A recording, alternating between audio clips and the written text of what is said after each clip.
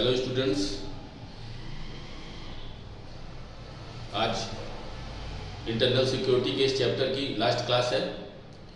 तो पिछली बार जहाँ पर हम लोग छोड़े थे वहीं से शुरू करते हैं और इस चैप्टर में जो प्रबंधन की कुछ बातें हैं, सीमा प्रबंधन की, उनको आज हम लोग एक बार फिर से देखेंगे और उसके बारे में जानने का प्रयास करेंगे कि किस तरह से सीमा का प्रबंधन में और जो कुछ ज़रूरतें हैं उनको कैसे पूरा किया जाए और चीज़ों को कैसे क्या किया जाए, मैनेज किया जाए, ताकि हम देश की जो सीमाएं हैं वो क्या रहे, सुरक्षित रहे। ठीक है।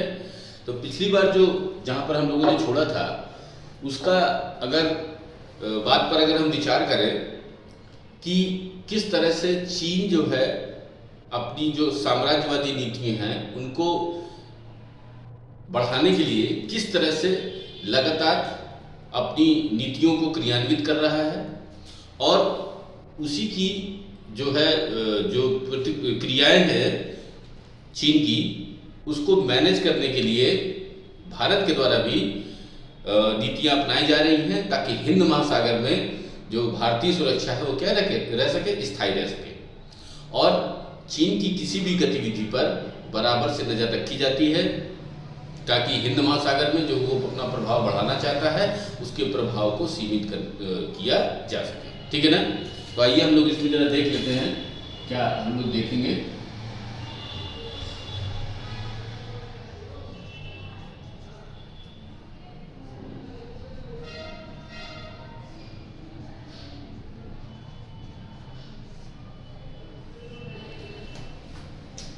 तो पिछली बार हमने चीन की आपको नीति बताई थी, जो उसकी मोतियों की माला, स्ट्रिंग ऑफ पर्ल्स की जो नीति है, जिसके तहत वो एक घेरा बनाने की कोशिश कर रहा है, जिसमें सर्वाधिक जो वर्तमान में जो मुद्दा है वह है मालदीव्स का। आप लोग सभी लोग अच्छे से जानते हैं कि मालदीव की हर संभव मदद भारत द्वारा की गई है। बहुत सारे समय ऐसे आए जब मालदीव बिल्कुल बहुत बड़ी समस्याओं में था, उस समय भी भारत ने मालदीव की मदद की। लेकिन हालिया घटनाक्रम को अगर देखें तो उसके पीछे चीन की साजिश दिख रही है और चीन का जो तरीका है ये कि देशों को आर्थिक रूप से मदद पहुंचा करके और लगातार भारत के विरुद्ध उसको जो है, जो उसके जो साजिशें हैं वो लगातार उसकी जारी रहती है। भारत ने भी इस पर अपनी नीति जो है बिल्कुल स्पष्ट कर दी कि भाई देखिए, हमारा आपके आंतरिक मैटर में कोई हस्तक्षेप करने का इरादा नहीं है। आपकी जो मदद है वह इसलिए की गई थी क्योंकि आपको जरूरत थी। और भारत में जो कुछ सैनिक थे जो मालदीव्स में उपस्थिति थी, उनका मालदीव के जो नई सरकार है गठित हुई थी वो लगातार विरोध कर रही थी कि जो है यहाँ से जो कुछ लोग थे कि भारतीय सैनिक हैं जो क्यों उपस्थिति है यहाँ से और उनको यहाँ से जाने के लिए कहा जाए। उसके जवाब में भारत ने लक्षद्वीप में हाल ही में हमारे प्रधानमंत्री जी द्वारा लक्षद्वीप को लगातार विकसित करने की बात कही जा रही है और पर्यटन गंतव्य के रूप में लक्षद्वीप का विकास किए जाने की बात है कि भाई अब लक्षद्वीप को, और भारत ने हाल ही में नौसैन्य अड्डे की भी अपनी जो है बात कही कि यहाँ पर नौसैन्य अड्डा भी क्या हो जाएगा, बनेगा बढ़िया से। तो इनका जो प्रभाव है वह इसीलिए है ताकि जो हमारा जो हिंद महासागर का जो क्षेत्र है उसको हम क्या रख सकते हैं, सुरक्षित रख सकें। तो इस परिप्रेक्ष्य में आइए हम लोग जो है आगे की बात करते हैं और जो गैर पारंपरिक खतरे हैं उनकी बात हम लोग आगे बढ़ाते हैं। ठीक है।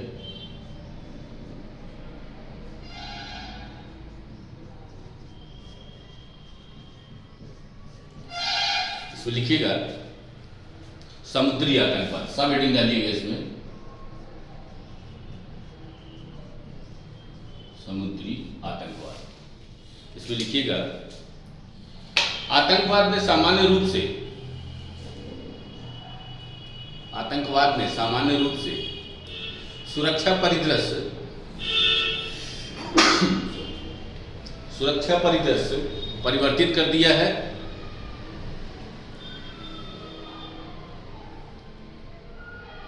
और इससे कोई भी क्षेत्र अछूता नहीं रहा है, और इससे कोई भी क्षेत्र अछूता नहीं रहा है। फिर चाहे यह भूमि आंतरिक या समुद्र हो।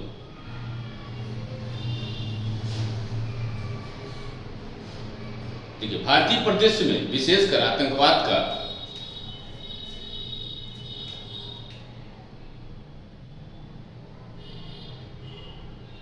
समुद्री सुरक्षा तैयारी पर काफी प्रभाव है।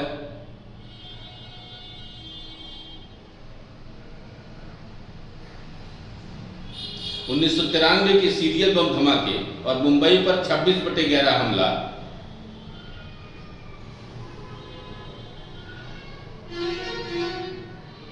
हमें मजबूर करते हैं कि हम अपनी समुद्री सीमा को घुसपैठ से सुरक्षित करें।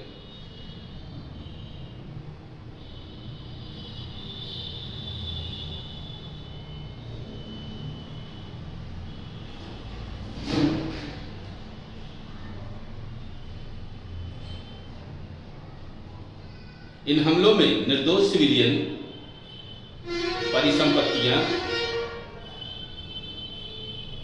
को नुकसान पहुंचता है, जैसे वाणिज्यिक केंद्र, जनसंख्या केंद्र, पारेषण, औद्योगिक केंद्र, पोत, जहाज सहित सामरिक महत्ता के पारंपरिक सैन्य लक्ष्य और अपतटीय तेल सुविधाएं या परमाणु ऊर्जा संयंत्र।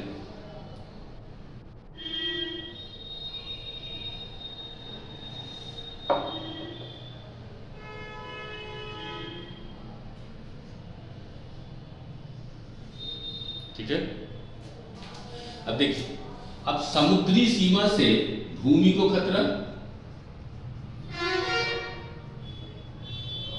और भूमि सीमा से समुद्र को खतरा, इन दोनों बातों पर जरा विचार करें। भूमि को खतरा किससे? समुद्री सीमा से, ठीक है, और भूमि सीमा से समुद्र को खतरा। कैसे है भाई? ठीक है, तो इस पर विचार किया जाएगा। तो भूमि से जब समुद्र पर हमला होगा तो वो समुद्री खतरा होगा, और जब समुद्र से भूमि पर हमला होता है तो वह भूमि को खतरा होगा। किससे? समुद्र से। तो दोनों तरह की घटनाएं देखी गई, ठीक है ना। तो इसलिए जो है हमको अपनी तटीय सुरक्षा पर विशेष ध्यान देने की जरूरत है, ठीक है ना। आगे लिखिएगा, नेक्स्ट, तस्करी। देखिए, सुदूर समुद्र किसी एकल राष्ट्र या एजेंसी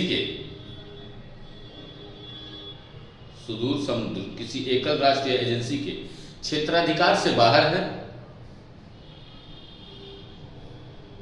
इसलिए इन क्षेत्रों की निगरानी की संभावनाएं काफी कम होती हैं। इस अवसर का लाभ उठाकर गैर राज्य कारक तस्करी के अविनियमित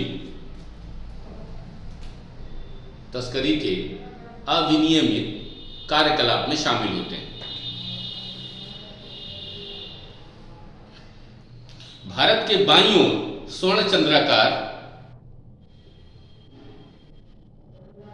और उसके दाईं ओर स्वर्ण त्रिभुज मादक पदार्थों और हथियारों की तस्करी हेतु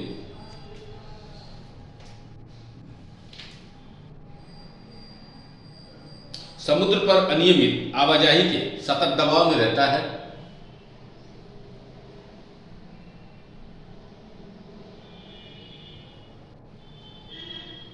तस्कर गहरे समुद्र का प्रयोग सामान को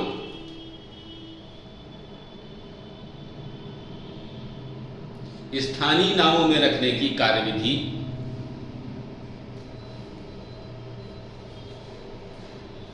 के लिए करते हैं,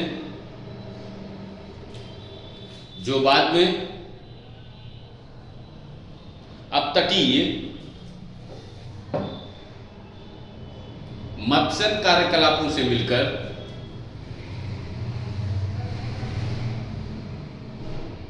इस सामान को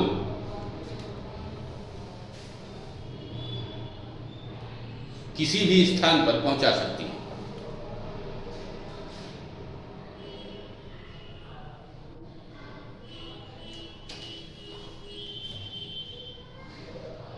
इस समस्या से जुड़ा एक आयाम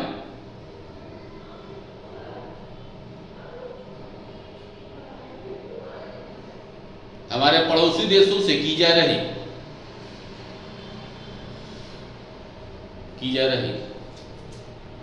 परमाणु सामग्री की तस्करी भी है।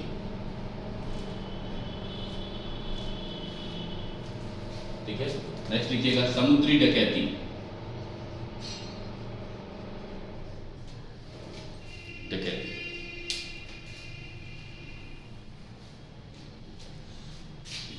समुद्री डकैती समुद्री सुरक्षा का सबसे पुराना पक्ष है।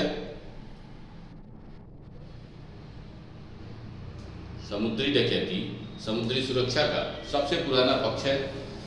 यह व्यापार को निशाना बनाती है और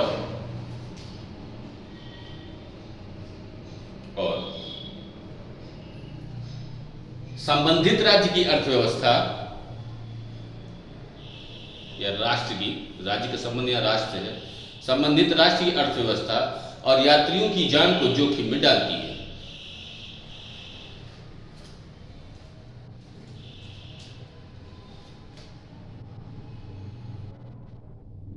जिस कारण आर्थिक विकास हेतु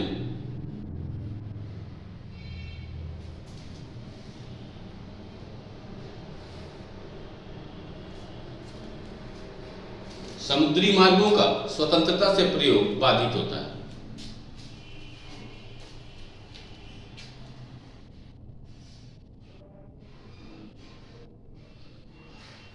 ऐतिहासिक दृष्टि से जिब्राल्टर, मलक्का खाड़ी, अदन खाड़ी,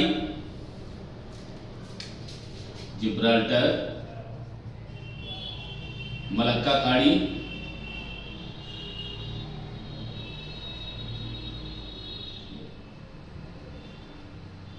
अदन की खाड़ी,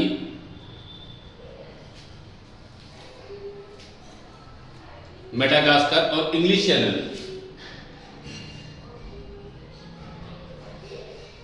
मेडागास्कर और इंग्लिश चैनल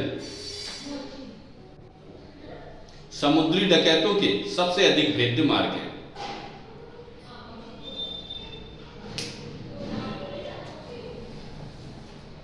संभावी मार्ग में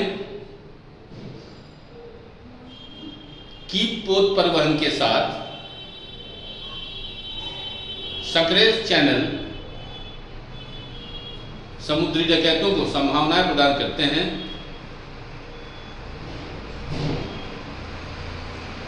विगत 2 दशकों में हिंद महासागर क्षेत्र में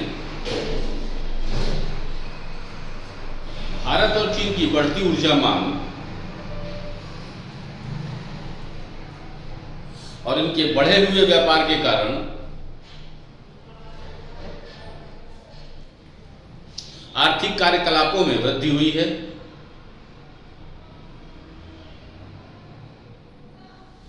इसने समुद्री डकैतों को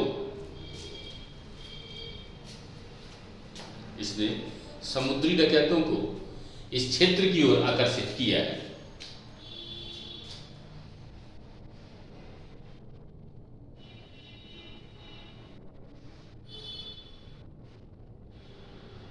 हाल के वर्षों में अदन की खाड़ी और सोमालिया स्थित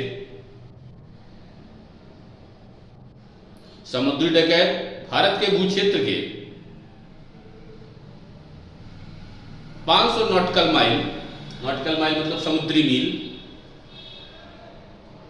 के भीतर अरब सागर में फैल गए हैं। 2008 से अदन की खाड़ी की भारतीय नौसेना द्वारा पेट्रोलिंग की जा रही है।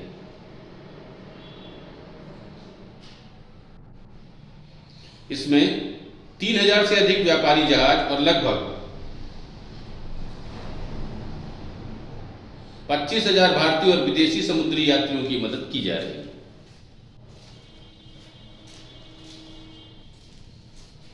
हाल ही में सोमालियाई डाकुओं द्वारा बंधक बनाए गए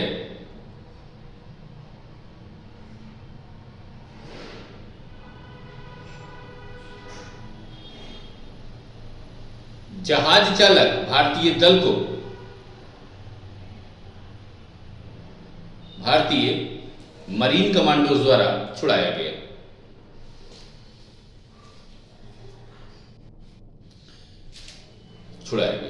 ठीक, देखिए जरा सर, हाल ही में इस घटना पर जरा विचार कीजिए कि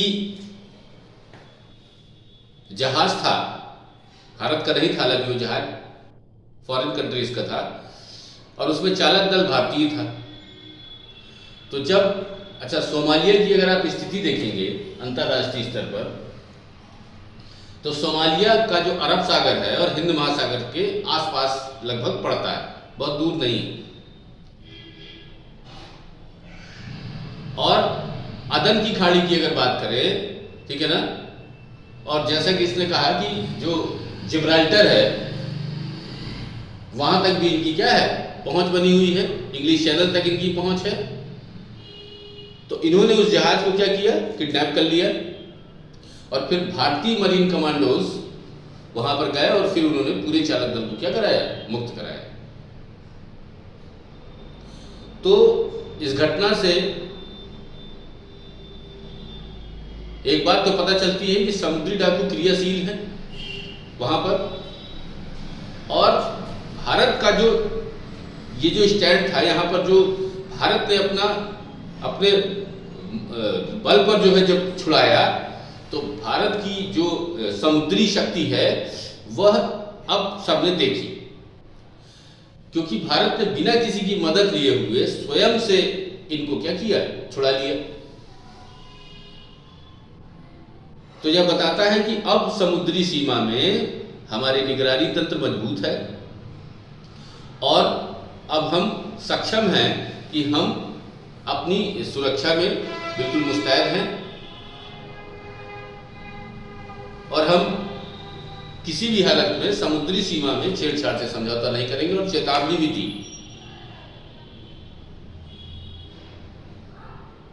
भारत ने अभी हाल ही में कुछ दिन पहले जो हुथी आतंकवादी हैं उनका जो रॉकेट कुछ दागे गए थे, जो जहाज में जो है भारतीय जहाज को टारगेट किए गए थे, तो भारत ने वहां पर चेतावनी भी दी कि भैया आगे से अगर ऐसी घटना होगी तो फिर ठीक नहीं होगा, अपना समझना। और उस पूरे क्षेत्र को जो भारत के जो जहाज है, भारत ने अपने डिस्ट्रॉयर भी जो है क्या किए थे, भेजे थे, और भारत ने कड़ी चेतावनी दी थी कि अगर दोबारा से इस तरह की घटना को जो है अंजाम दिया जाएगा तो फिर इसका जो परिणाम है वो आप लोग तैयार रहिएगा। तो भारतीय जो शक्ति है वो, अगर देखिए प्राचीन काल से अगर आप देखेंगे और वर्तमान काल तक जब उस यात्रा को पूर्ण करेंगे, तो वहां पर आपको एक चीज साफ साफ दिखाई देगी कि जब जब किसी देश की नौसेना मजबूत रही है, उस देश ने अपने जो प्रभाव है, चाहे वो आर्थिक हो चाहे वो राजनीतिक हो, दोनों को क्या किया है, बढ़ाया है। अगर हम प्राचीन भारत की बात करते हैं तो चोल काल में आपको चोलों की जो नौसेना थी वह सर्वाधिक शक्तिशाली थी उस समय के जितने भी क्या थे, राज्य थे। और चोलों का प्रभाव दक्षिण पूर्व एशिया, दक्षिण में हिंद महासागर में और अरब सागर में बाकायदे रहा था, और उन्होंने जावा सुमात्रा तक क्या की, विजय हासिल की।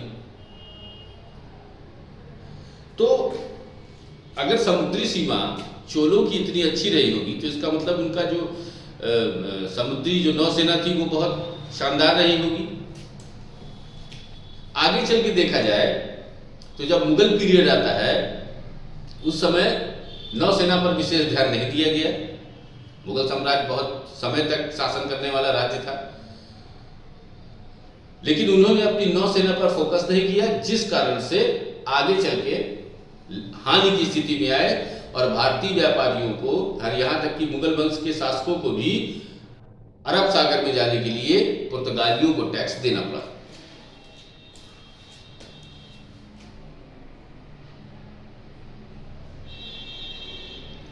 और अगर नौसेना मजबूत होती उस समय तो फिर कोई आ पाता, नहीं आ पाता, लेकिन ऐसा नहीं था। इसी का लाभ उठाकर यूरोपीय कंपनियां लगातार भारत में व्यापार के उद्देश्य से आईं और फिर उन्होंने राजनीति में क्या किया, हस्तक्षेप किया। और फिर आगे का तो आपने देखा है। तो नौसेना को जो है मजबूत बनाना होगा, क्योंकि जो भारत का जो दक्षिण का पूरा बॉर्डर है वो समुद्र के साथ में लगा हुआ है और उसकी निगरानी बहुत आवश्यक है। और छोटी मोटी तटरेखा तो है नहीं, बहुत बड़ी तटरेखा है। ऊपर से द्वीप भी है, उनका भी है, अंडमान निकोबार है, लक्षद्वीप है, तो बहुत बड़ी सीमा रेखा है ना। तो इसकी रक्षा के लिए विशिष्ट उपाय करने पड़ेंगे, जिसको लगातार अंजाम दिया जा रहा है। ठीक है, आगे लिखिएगा जरा इसी में, लिखिएगा हेडिंग इसी में, अवैध, असूचित और अविनियमित मत्स्य। मत्स्य मतलब मछली पकड़ना, फिशिंग। अवैध, असूचित और अविनियमित मत्स्य लिखिएगा।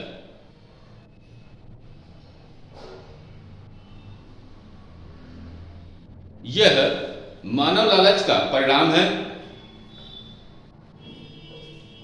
जो मानता है कि समुद्री संसाधन, जो मानता है कि समुद्री संसाधन प्रकृति के असीमित उपहार है। प्रकृति के असीमित उपहार, परंतु यह महसूस किया गया है कि समुद्री जीव संसाधन यद्यपि नवीनीकरण असीमित नहीं है,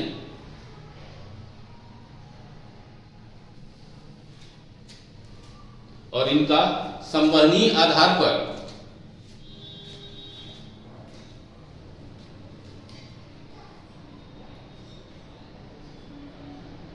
प्रबंधन करना आवश्यक है।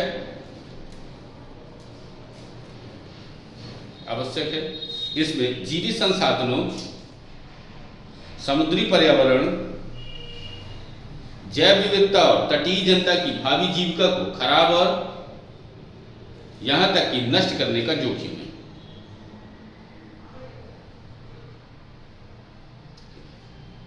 FAO आप लोग जानते हैं, फूड एंड एग्रीकल्चर ऑर्गेनाइजेशन की 2005 की रिपोर्ट के अनुसार दक्षिण पश्चिम हिंद महासागर में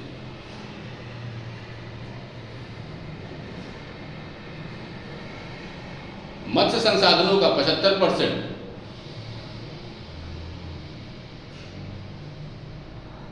अपनी सीमा समाप्त हो चुका है और सिर्फ 25% को दोहन पारिस्थितिकीय संवहनीयता से अधिक किया गया है। यह भारत को प्रभावित कर रहा है, क्योंकि यह भारतीय मछुआरा समुदाय की जीविका सहित खाद्य और आर्थिक सुरक्षा को प्रभावित कर रहा है। भारत और श्रीलंका के मध्य पाक खाड़ी में विद्यमान तनाव मत्स्य क्षेत्र संबंधी दावों और विभिन्न मत्स्य विधियों के प्रयोग को लेकर है। इसी प्रकार भारतीय और पाकिस्तानी मछुआरों को एक दूसरे को समुद्री और विधि परिवर्तन एजेंसियों द्वारा निरुद्ध किया जाता है, यदि वे अधिक लालच के कारण एक दूसरे के क्षेत्र में घुसपैठ करते हैं। नेक्स्ट, जलवायु परिवर्तन।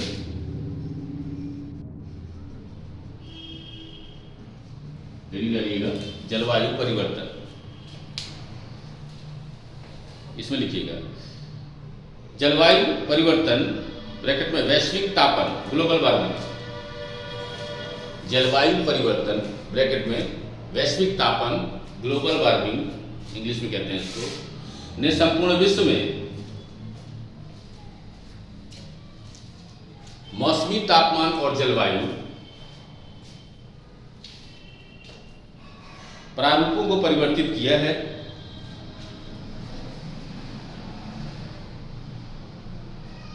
इसने भविष्य में संभावी बड़े प्रभावों के साथ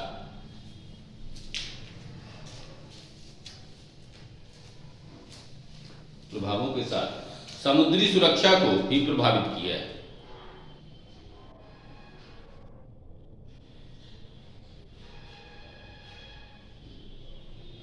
इसका प्रभाव जीवित संसाधनों, निचले तटीय क्षेत्रों और द्वीपों के जलमग्न होने की संभावना,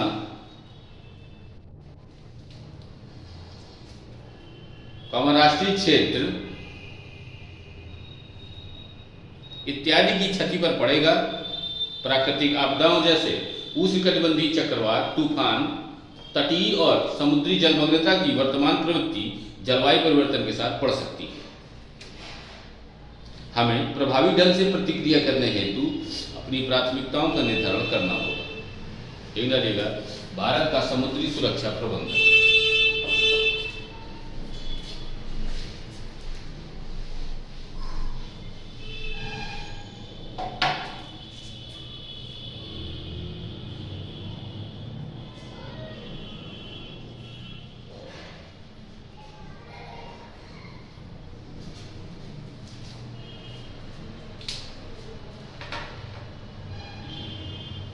ऐतिहासिक रूप में भारत की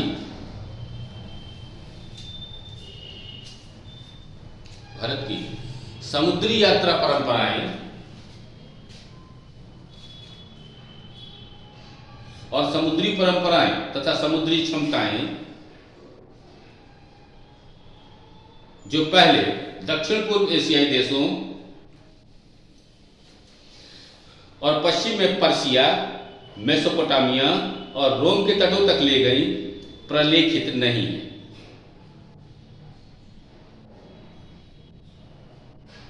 जब हम दक्षिण पूर्व एशियाई देशों जैसे मलेशिया, इंडोनेशिया, थाईलैंड की ओर देखते हैं तो हम पाते हैं कि यह भारतीय संस्कृति, भाषा व वास्तुकला से काफी प्रभावित है। यह इन क्षेत्रों में स्पष्ट दिखाई देता है और यह वहां केवल कई शताब्दियों के आपसी समुद्री संपर्क द्वारा ही पहुंच सकता है। 13वीं शताब्दी तक भारत के पूर्वी तट पर विकसित होने वाले राजवंशों के अनुश्रवण द्वारा पल्लवित समुद्री यात्रा कार्यकलापों और समुद्री परंपराओं के प्रयोग सिद्ध प्रमाण है। इस प्रकार पश्चिमी तट से भारतीय नौसेना पर्शिया, मेसोपोटामिया और रोम के साथ व्यापार कर रहे थे। पिछली सहस्त्राब्दी में हमारे शासकों द्वारा समुद्र की अनदेखी और स्वतंत्रता उपरांत सामरिक दिशा की कमी ने वित्तीय कमी के चलते हमारी समुद्री सुरक्षा की तैयारी को अत्यधिक निचले स्तर पर पहुंचा दिया। यह विगत 2 दशकों में ही हुआ है कि कुछ कारकों और घटनाओं ने भारत को अपनी समुद्री सुरक्षा प्रबंधन पर ध्यान केंद्रित करने के लिए बाध्य किया है। ये नीचे दिए गए। नंबर पहला, पर्शिया जो अभी आपने लिखा ये ईरान है और मेसोपोटामिया जो है वो इराक है। ठीक है, रोम तो आप जान ही रहे हैं। तो अब नंबर 1 लिखिएगा, जरा प्रथम नंबर पे लिखिएगा। 1990 में अर्थव्यवस्था के उदारीकरण के बाद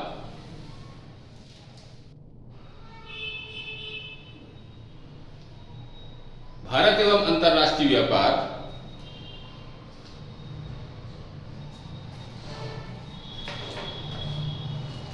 तथा ऊर्जा आवश्यकता में वृद्धि हुई।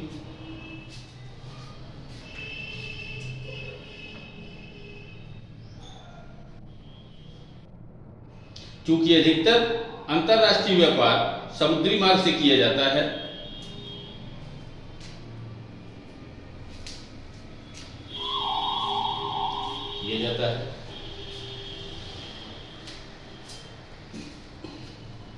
समुद्र में स्थिरता बनाए रखने के लिए और विभिन्न प्रकार के खतरों से समुद्र के पोत परिवहन मार्गों को सुरक्षित रखने सहित इसकी काफी महत्ता है। दूसरा, सेकंड नंबर, अपनी दुराग्रही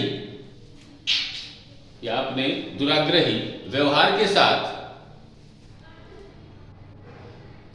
साथ सैन्य और आर्थिक शक्ति के रूप में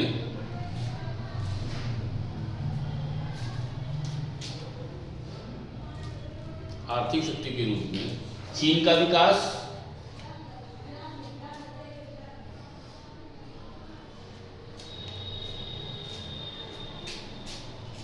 किसी भी समय भारत के साथ लड़ाई का कारण बन सकता है।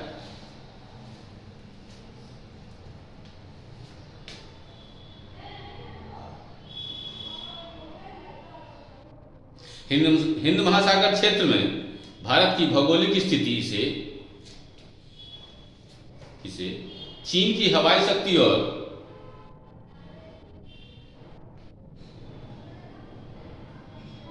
सेना की ताकत से तुलना करने का अवसर देती है। भारत को अपनी भौगोलिक स्थिति का लाभ प्राप्त करने के लिए समुद्र में तैयार रहना चाहिए।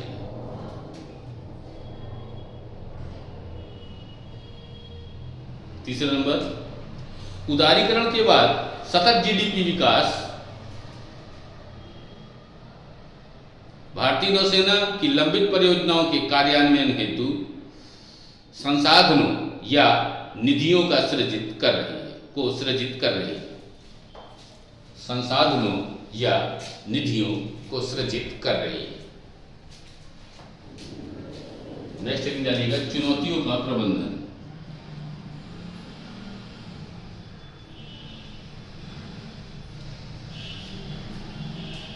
देखिएगा,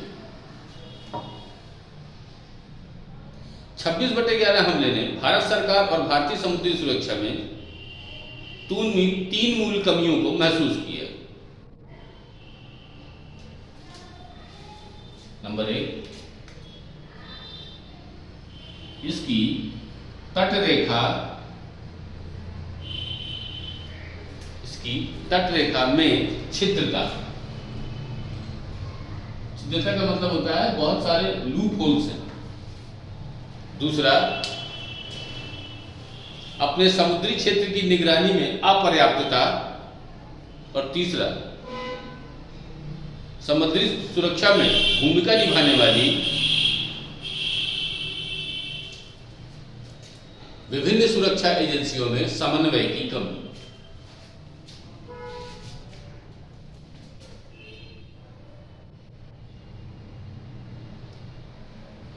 इन कमियों को दूर करने के लिए तटीय और अपतटीय सुरक्षा ढांचे को तदनुसार भारतीय नौसेना को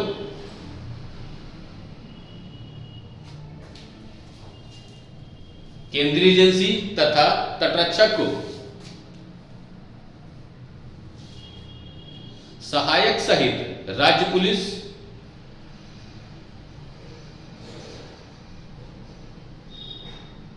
और अन्य एजेंसियों को अधिक भूमिका के साथ तैयार किया गया। भारत सरकार द्वारा किए गए उपाय निम्न हैं।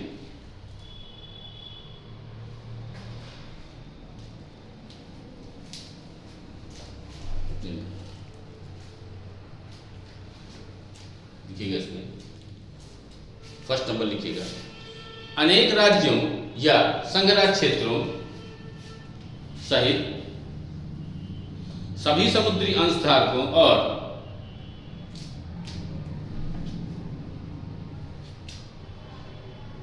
केंद्रीय एजेंसियों का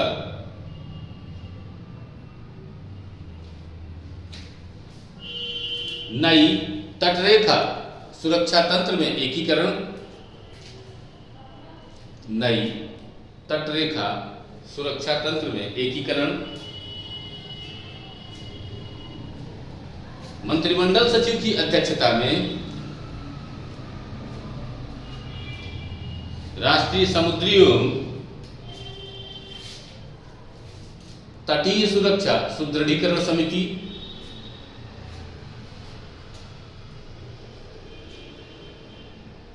दूसरा नौसेना कमांडर इन चीफ को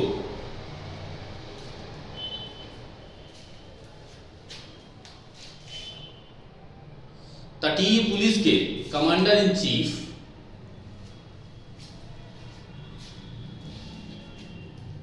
के रूप में पद देना, तीसरा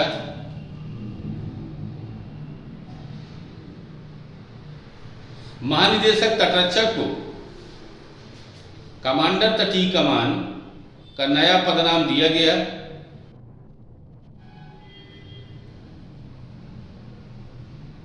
और तटीय सुरक्षा के मामलों में केंद्रीय और राज्य एजेंसियों के साथ तटीय सुरक्षा के मामलों में केंद्रीय और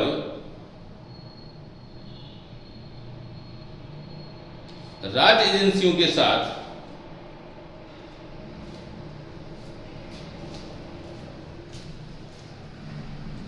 संपूर्ण समन्वय का उत्तरदायित्व दिया गया।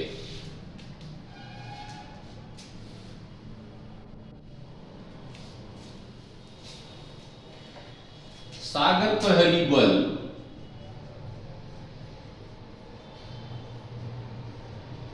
या पब्लिक समुद्री हमला टुकड़ी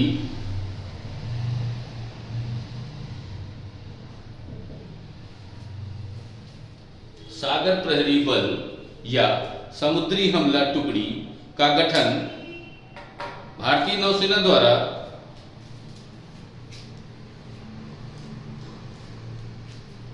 नौसेना बेसों और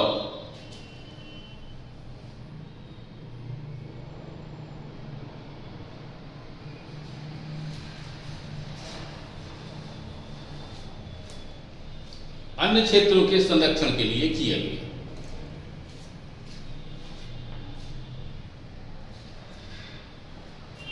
नेक्स्ट पॉइंट, सागर सुरक्षा दल मछुआरों और तटीय क्षेत्रों के प्रशिक्षित स्वयंसेवियों का समूह है जिन्हें निगरानी और सूचना इकट्ठा करने के लिए प्रयोग किए गए हैं। नेक्स्ट, सभी मछुआरों के लिए पहचान पत्र जारी करना और मछली पकड़ने वाली 2 लाख नावों की पहचान और प्रशिक्षण हेतु इनका पंजीकरण करना।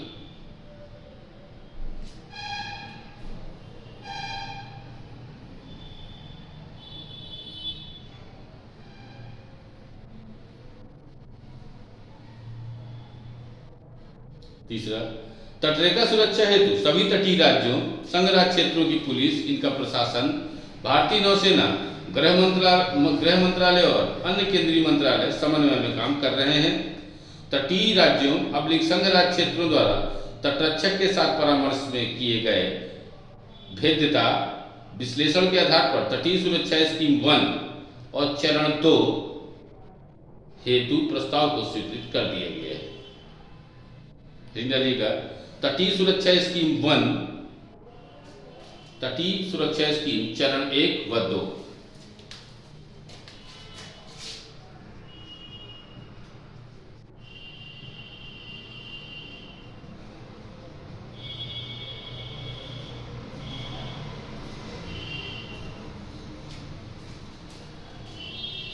चलो ठीक है, इस स्कीम को 1 वर्ष के विस्तार के साथ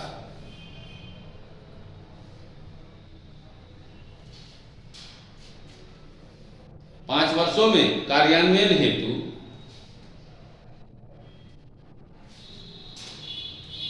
जनवरी 2005 में स्वीकृत किया गया था।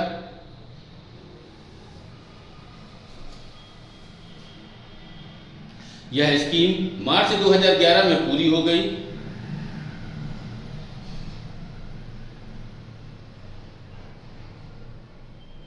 चरण 2 को 1 अप्रैल 2011 से अगले 5 वर्ष से हेतु कार्यान्वयन के लिए 24 सितंबर 2010 को स्वीकृत किया गया था। इन स्कीमों ने निम्नांकित अवसंरचनाओं को जोड़ने हेतु उत्पन्न किए।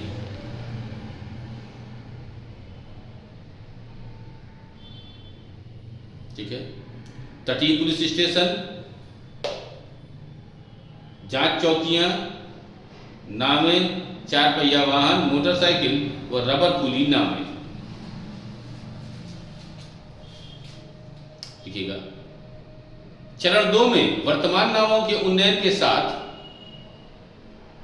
60 नावों का विशेष प्रावधान किया गया।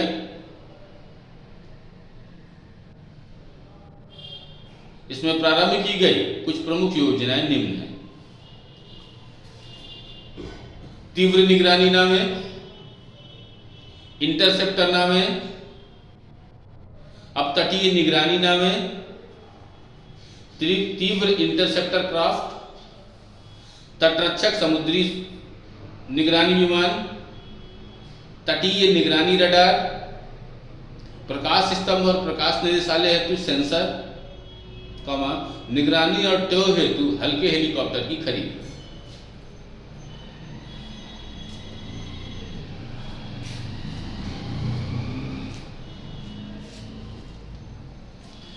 लिखिएगा। भारतीय नौसेना ने मुंबई, कोच्चि, विशाखापट्टनम और पोर्ट ब्लेयर में 4 संयुक्त प्रचालन केंद्र स्थापित किए गए ताकि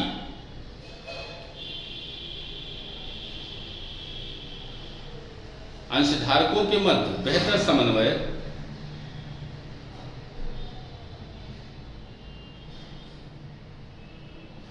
तादात्म्य में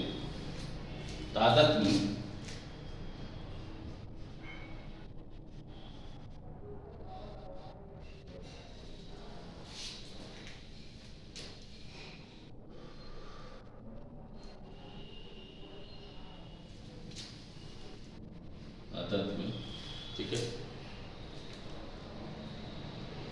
और समझ विकसित हो सके।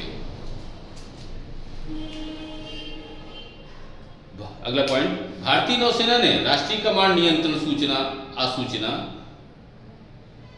भारतीय नौसेना ने राष्ट्रीय कमांड नियंत्रण संचार आसूचना की स्थापना की है, जो सूचना प्रबंध और विश्लेषण केंद्र के आतिथ्य करती है। आतिथ्य माने होस्ट, जो किसी प्रोग्राम को चलाने वाला। यह अनेक संगठनात्मक, प्रचालनात्मक और प्रौद्योगिकी परिवर्तनों के माध्यम से राष्ट्रीय समुद्री क्षेत्र जागरूकता ग्रिड निर्मित करने पर केंद्रित है। यह नेटवर्क तट और डूब क्षेत्रों पर स्थित 51 रडार स्टेशनों को जोड़ता है। यह समुद्र में संदेहास्पद कार्यकलापों और आवाजाही संबंधी अहम आसूचना और सूचना को एकत्रित और उसका प्रसार करेगा।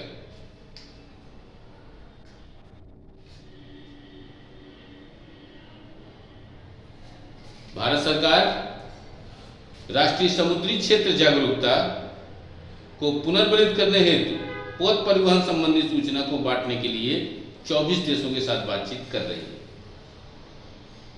अगला पॉइंट, द्वीप क्षेत्रों की सुरक्षा हेतु भारत सरकार ने अंडमान व निकोबार द्वीप समूह में संयुक्त प्रचालन केंद्र की स्थापना की है, जिसमें नौसेना, थल सेना, वायुसेना और तटरक्षक के कार्मिक सम्मिलित हैं।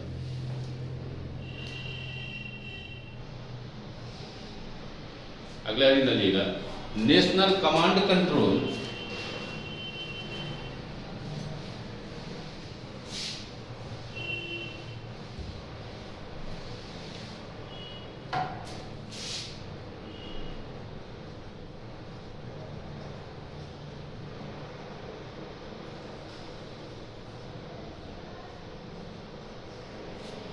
National control communication intelligence.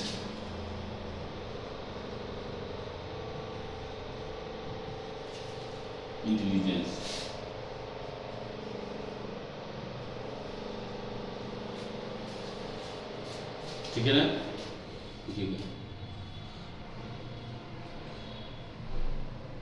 NC-31 project कहते हैं इसको। NC-31 project. लिखिएगा जरा। भारत मर्चेंट पोत परिवहन डाटा, यहां तक कि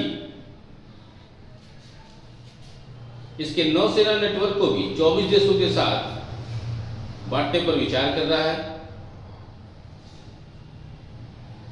जिसमें पोतों की स्थिति का आकलन वास्तविक समय के आधार पर किया जा सकता है।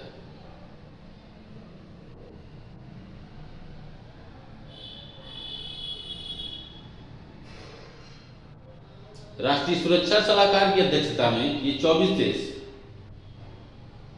अफ्रीका के पूर्वी तट से लेकर मलक्का खाड़ी तक फैले हैं।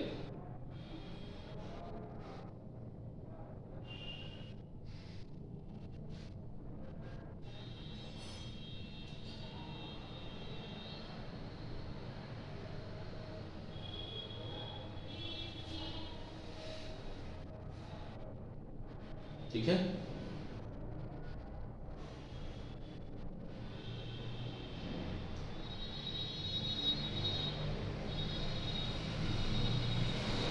समग्र प्रयास देश के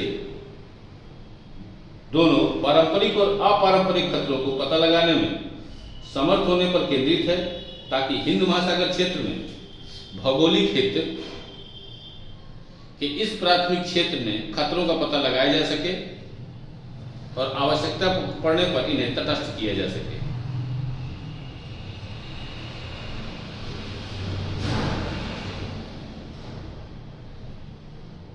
जो दैनिक आधार पर 30,000 से 40,000 पोतों को ट्रैक कर सकेगा। 30,000 से 40,000 पोतों को ट्रैक कर सकेगा। नेक्स्ट पॉइंट लिखिएगा, पैराग्राफ चेंज करके चाहे लिखिएगा। तटीय रडारों से लेकर उपग्रहों जैसे विभिन्न स्रोतों से इनपुट प्राप्त कर सूचना प्रबंधन और विश्लेषण केंद्र गुड़गांव इसका संबंध स्थापित कर समुद्री खतरों के आकलन हेतु इसका प्रयोग करेगा। भूसीमाओं को बाढ़, इलेक्ट्रॉनिक युक्तियों और निगरानी द्वारा गार्ड किया जा सकता है, लेकिन समुद्र में ऐसी कोई संभावना नहीं होती।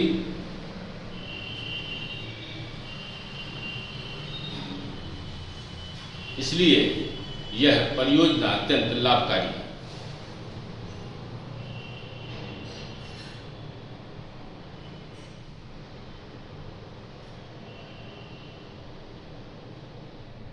यद्यपि नौसेना और तटरक्षक बल NC-31 नेटवर्क के लिए कार्य कर रहे हैं,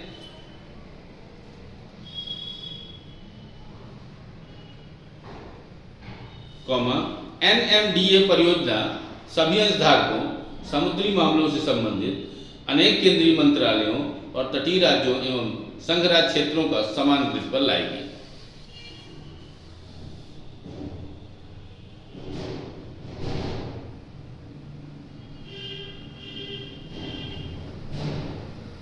ब्लूप्रिंट के अनुसार राज्य निगरानी केंद्र तटीय राज्य या संघ राज्य क्षेत्र में NMDA परियोजना हेतु घटकों के रूप में कार्य करेंगे। इसके अतिरिक्त पोत परिवहन और मत्स्य निगरानी केंद्र की भी स्थापना की जाएगी।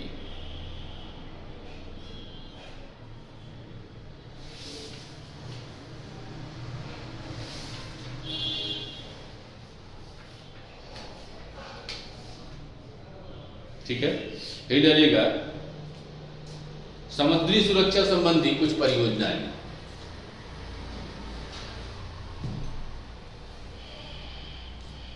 समुद्री सुरक्षा संबंधी कुछ परियोजनाएं।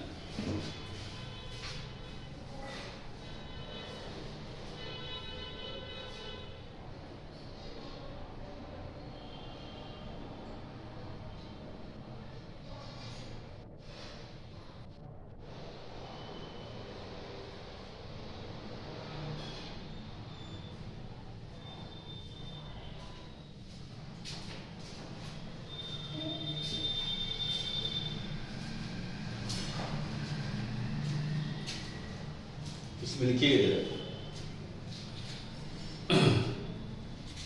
लिखिएगा आंतरिक जल।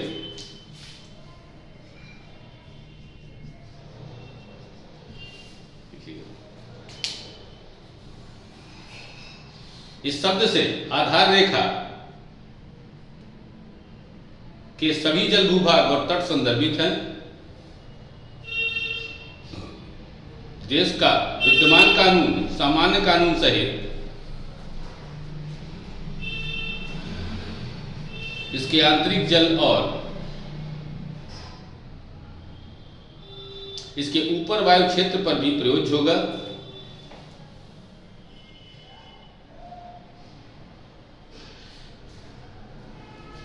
इस मार्ग में निर्दोषता से गुजरने का अधिकार नहीं है।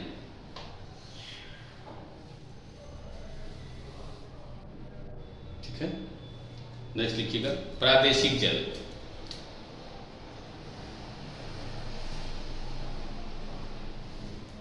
लिखिएगा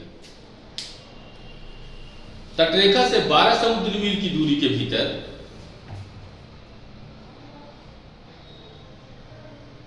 समुद्र पर देश का विद्यमान कानून, सामान्य कानून सहित इसके आंतरिक जल और इसके ऊपर वायु क्षेत्र पर भी प्रयोज्य होगा। वायु क्षेत्र पर भी प्रयोज्य होगा। इस मार्ग से निर्दोषता से गुजरने का अधिकार होगा। सतह पर नौवहन के लिए पनडुब्बियों और अन्य पानी के अंदर चलने वाले यानों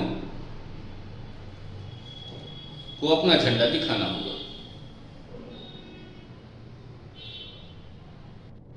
अब लिखिएगा संस्पर्शी क्षेत्र।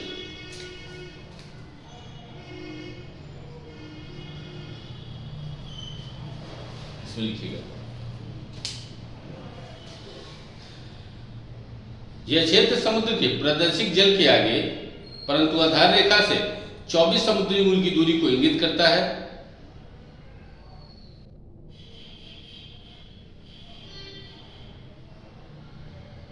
इस संस्पर्शी क्षेत्र और इसके ऊपर के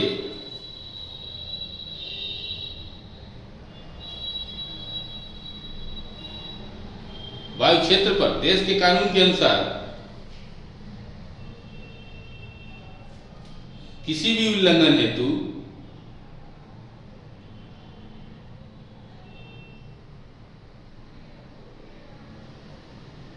राजकोषीय कानून या रिवाज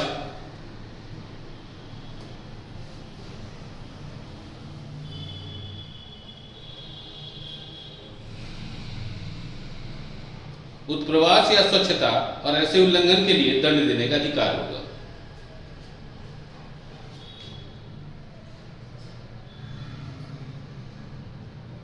फिर लिखिएगा अगला विशिष्ट आर्थिक क्षेत्र, एक्सक्लूसिव इकोनॉमिक जोन।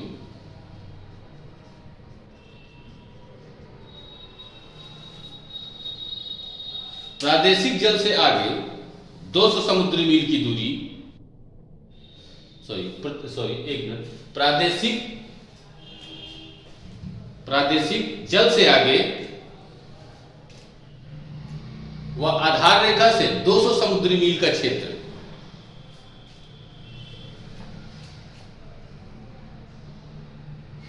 है। इस क्षेत्र पर प्राकृतिक संसाधनों के संबंध में देश के अन्य सभी कानून प्रयुक्त होंगे।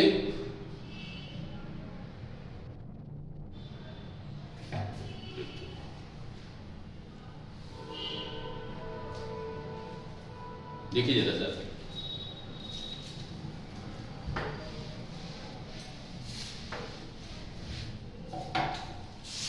मान लीजिए ये तट है, इस तटीय भाग को मिलाने वाली रेखा को क्या कहते हैं? आधार रेखा कहते हैं। क्या बोलते हैं इसको? आधार रेखा। ठीक है ना। यहां से 12 समुद्री मील तक प्रादेशिक है। ठीक है। इसके बाद यहां से 24 समुद्री मील, ठीक है, यानी कि अगर यहां तक जाए तो संस्पर्शी क्षेत्र आएगा। कौन सा? संस्पर्शी क्षेत्र। और यहां से अगर हम 200 समुद्री मील तक जाएं तो यह विशिष्ट आर्थिक क्षेत्र है। विशिष्ट आर्थिक क्षेत्र। और अगर हम इसके बाहर जाते हैं तो ये अनन्य आर्थिक क्षेत्र होता है।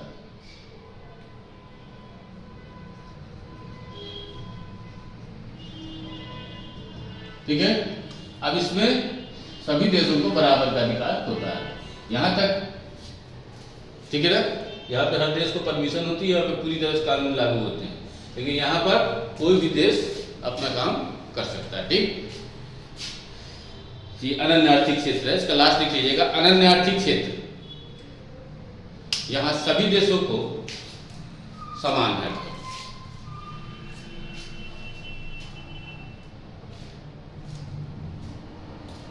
नेक्स्ट जाइएगा, वायु क्षेत्र, सुरक्षा, चुनौतियां व प्रबंधन। वायु क्षेत्र, सुरक्षा, चुनौतियां व प्रबंधन। सुरक्षा खतरों और चुनौतियों का बदलता परिदृश्य राष्ट्रों को अपनी सारी सीमाएं सुरक्षित करने के लिए बाध्य करता है। भूमि और समुद्र सहित रक्षा की एक और परत सुरक्षित वायु क्षेत्र की है। इसके लिए अंतरिक्ष या इस क्षेत्र को निशाना बनाने वाले खतरे को कुचलने के लिए सुरक्षा तैयारी की आवश्यकता होती है।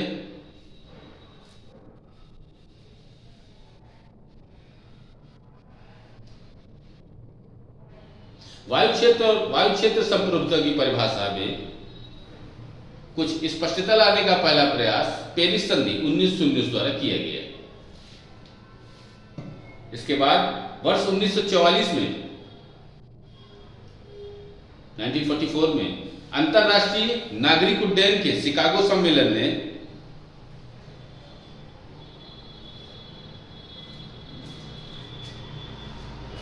वायु क्षेत्र के समन्वय और विनियमन हेतु अंतरराष्ट्रीय नागरिक उड्डयन संगठन की स्थापना की गई। वर्तमान में भारत सहित 191 सदस्य राष्ट्र हैं। इन दोनों संधियों को वायु क्षेत्र प्रबंधन में मील का पत्थर माना जाता है।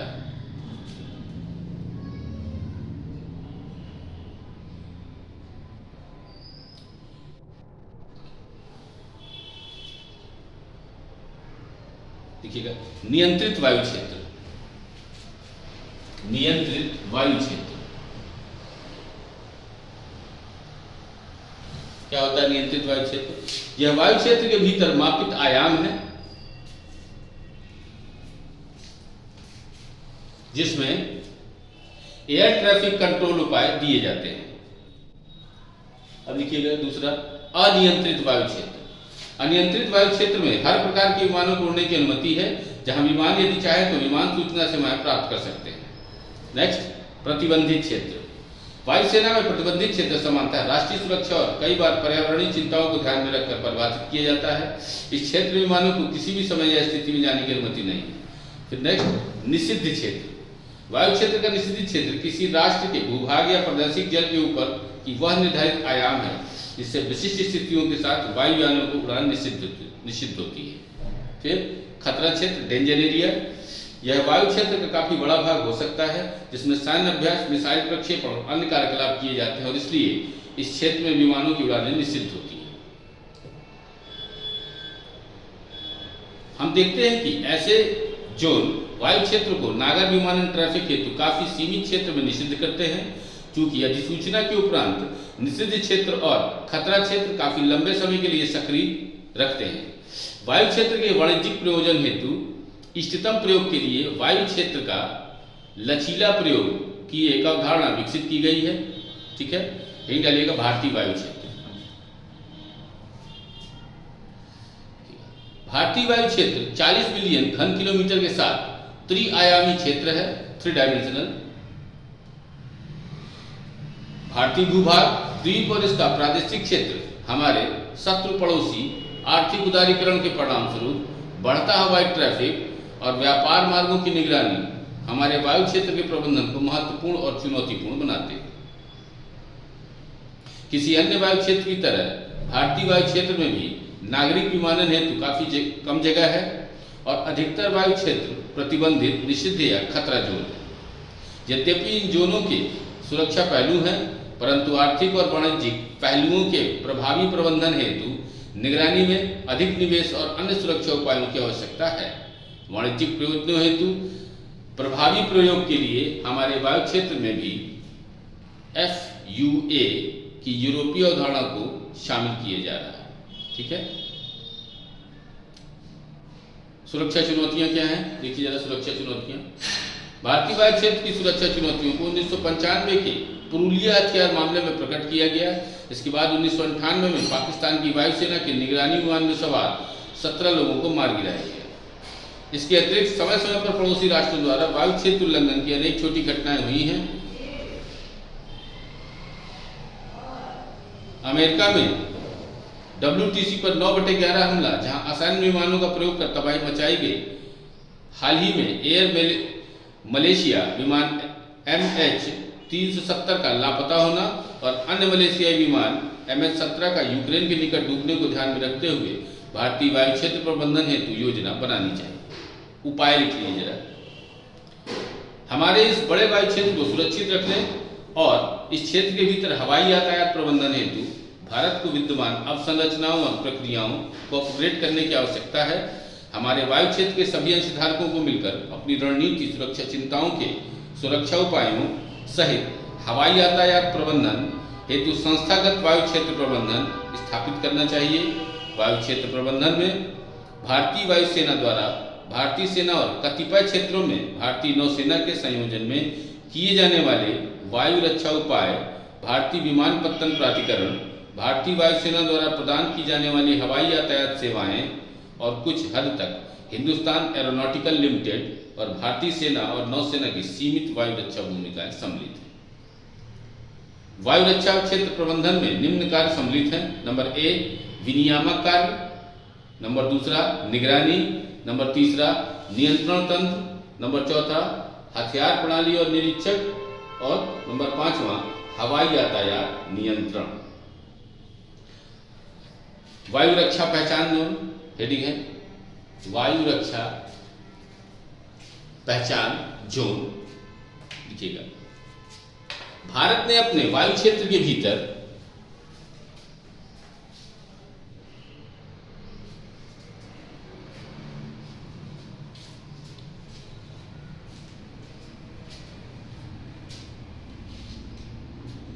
सभी विमानों की पहचान, अवस्थिति और नियंत्रण हेतु अपनी स्वयं की वायु रक्षा पहचान जोन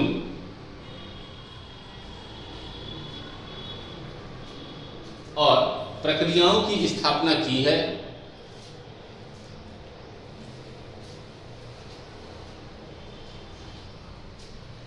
भारतीय क्षेत्र कवर करते हुए कुल 6 वायु रक्षा पहचान जोन, इंग्लिश में कहें तो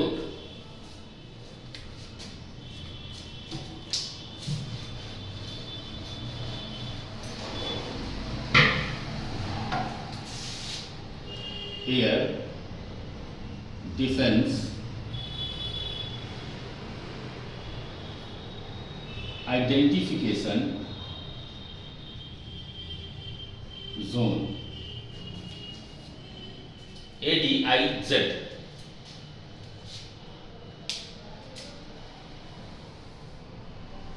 भारतीय क्षेत्र को कवर करते हुए कुल 6 ADIZ हैं।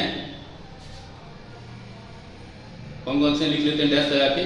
उत्तर, पश्चिम, मध्य, पूर्व, दक्षिण व दक्षिण पूर्व। ADIZ दक्षिण में लक्षद्वीप द्वीप समूह के प्रादेशिक जल तक का क्षेत्र सम्मिलित है।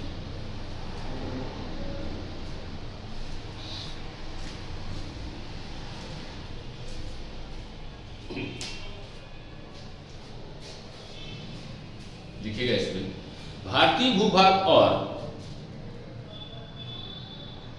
इसके प्रादेशिक जल के ऊपर उड़ने वाले विमानों को स्थापित एटीएस द्वारा, एटीएस मतलब एयर ट्रैफिक कंट्रोल,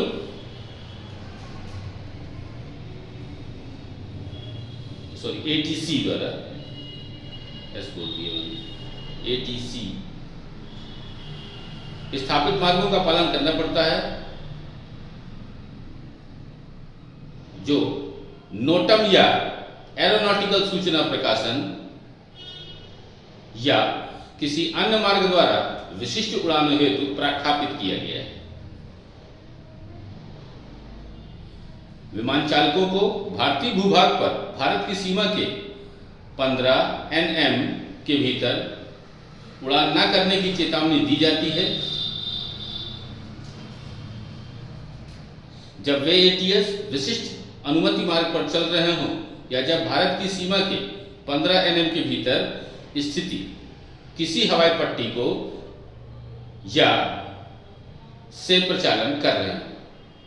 यदि कोई विमान वायु रक्षा स्वीकृति के बिना ADIZ के भीतर आता है, प्रतिबंधित, निषिद्ध या खतरा क्षेत्र में प्रवेश करता है या अपने मार्ग से विचलन के बारे में ATC केंद्र को सूचना नहीं देता, तो इसे लड़ाकू विमान द्वारा निरीक्षण किया जा सकता है।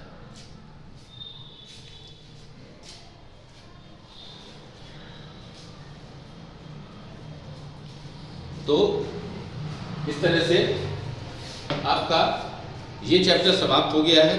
ठीक है, नेक्स्ट जो क्लास लगी है वो भारत की परमाणु नीति की लगी हुई है। ठीक है, तो जो नेक्स्ट आगे की जो क्लासें हैं उनमें हम परमाणु नीति पढ़ेंगे। ठीक है, और थोड़ा सा इंटरनेशनल रिलेशन में भारत की विदेश नीति में विदेश नीति के कुछ प्रमुख तथ्यों पर क्या करेंगे, विचार करेंगे। क्योंकि अगर परमाणु नीति है तो उसका रिलेशन बिल्कुल विदेश नीति के साथ में है। ठीक है, तो कल जो आपकी क्लास है और जो परसों आपकी क्लास है उन दोनों में न्यूक्लियर पॉलिसी को हम लोग पढ़ेंगे, लेकिन उसके भी पहले हम लोग एक जो है नज़र जो है विदेश नीति के कुछ प्रमुख तथ्यों पर डालेंगे और फिर हम लोग उसमें भारत की परमाणु नीति को क्या करेंगे, पढ़ेंगे। इस तरह से आपका एक जो पोर्शन है वो पूरा क्या हो जाएगा, थोड़ा बढ़िया से कवर हो जाएगा। ठीक है, तो मिलते हैं हम लोग अगली क्लास में, तब तक के लिए